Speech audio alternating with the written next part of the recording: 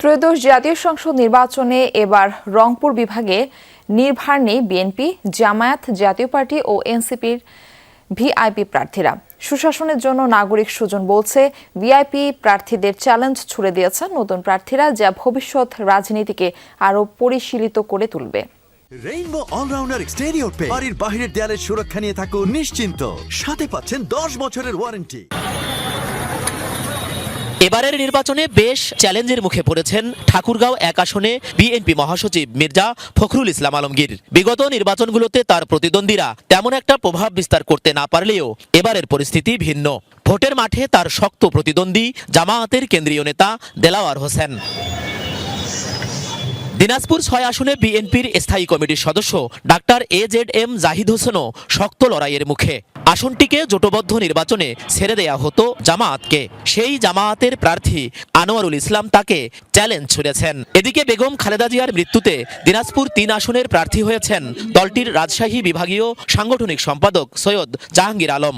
এখানেও জামায়াতের অ্যাডভোকেট মইনুল ইসলাম আছেন শক্ত প্রতিদ্বন্দ্বিতায়।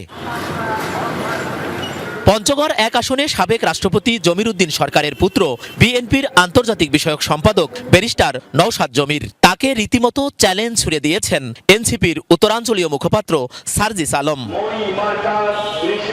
রংপুর 3 আসন জাতীয় পার্টির খাস্তালুক হিসেবে পরিচিতি থাকলেও এবারের প্রেক্ষাপট ভিন্ন। রীতিমতো চ্যালেঞ্জের মুখে একসময়ের নির্ভার দলটির চেয়ারম্যান GM কাদের। এখানে মহানগর বিএনপির আহ্বায়ক শামসুজ্জামান সামু ও জামায়াতের কেন্দ্রীয় কর্মপরিষদ সদস্য মাহবুবুর রহমান বেলালের সাথে তীব্র লড়াইয়ের মুখোমুখি হতে হবে তাকে। রংপুর 4 আসনে জাতীয় নাগরিক পার্টির সদস্য সচিব আখতার হোসেনও নির্ভার নন। জেলা বিএনপির সাবেক সভাপতি এমদাদুল হক ভরসার প্রবল প্রতিদ্বন্দ্বিতার মুখোমুখি হতে হবে তাকে। গাইবান্ধা 1 আসনে জাতীয় পার্টির মহাসচিব ব্যারিস্টার শামীম হায়দার পাটোয়ারিকে চ্যালেঞ্জ ছুড়ে দিয়েছেন সাবেক উপজেলা চেয়ারম্যান জামায়াতের মাজিদুর রহমান। জাতীয় পার্টির বিদ্রোহী প্রার্থী মোস্তফা মহসিন থাকায় পাটোয়ারির জন্য আসনটি আরও ঝুঁকিপূর্ণ।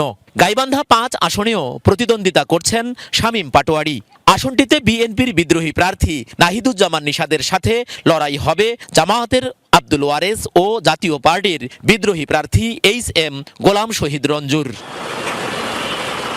কুড়িগ্রাম 3 আসনে বিএনপি চেয়ারম্যান তারেক রহমানের আন্তর্জাতিক বিষয়ক উপদেষ্টা তাজভিরুল ইসলামও চ্যালেঞ্জের মুখে। এখানে জামায়াতের ফরেন পলিসি সদস্য ব্যারিস্টার মাহবুব আলম সালেহির সাথে তীব্র লড়াই করতে হবে তাকে। লালমনিরহাট 3 আসনে বিএনপির রংপুর বিভাগীয় সাংগঠনিক সম্পাদক আসাদুল হাবিব দুলু নির্ভার থাকলেও শক্ত প্রতিদ্বন্দ্বিতা গড়ে তুলবেন জামায়াত প্রার্থী অ্যাডভোকেট আবু তাহের। নীলফামারী 1 আসনে বিএনপি জোটের জমিয়তে উলামায়ে ইসলামের মহাসচিব মাওলানা মঞ্জুরুল ইসলাম প্রতিদ্বন্দ্বিতা করলেও তিনি আলোচনাতেই নেই। এখানে জামায়াতের আব্দুস সাত্তারের সাথে লড়াই হবে জাতীয় পার্টির তসলিম উদ্দিনের। সুশাসনের জন্য নাগরিক সুজন বলছে, পরিবর্তিত বাস্তবতায় এবার সব দলের গুরুত্বপূর্ণ প্রার্থীরাই শক্ত চ্যালেঞ্জের মুখে।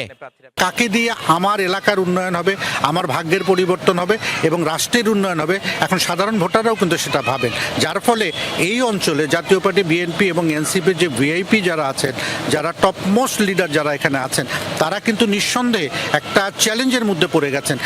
এবার রংপুর বিভাগের 33 আসনে লড়ছেন 29টি রাজনৈতিক দলের 235 জন। এর মধ্যে স্বতন্ত্র 33 আর নারী 8 জন।